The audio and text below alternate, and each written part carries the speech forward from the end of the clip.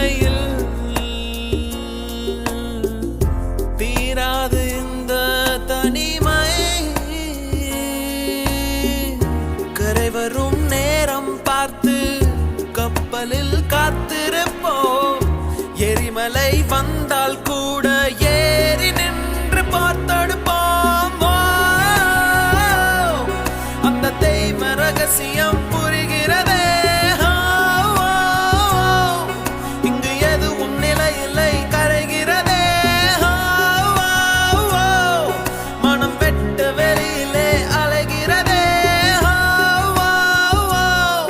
அந்த கடவுளை கண்டால்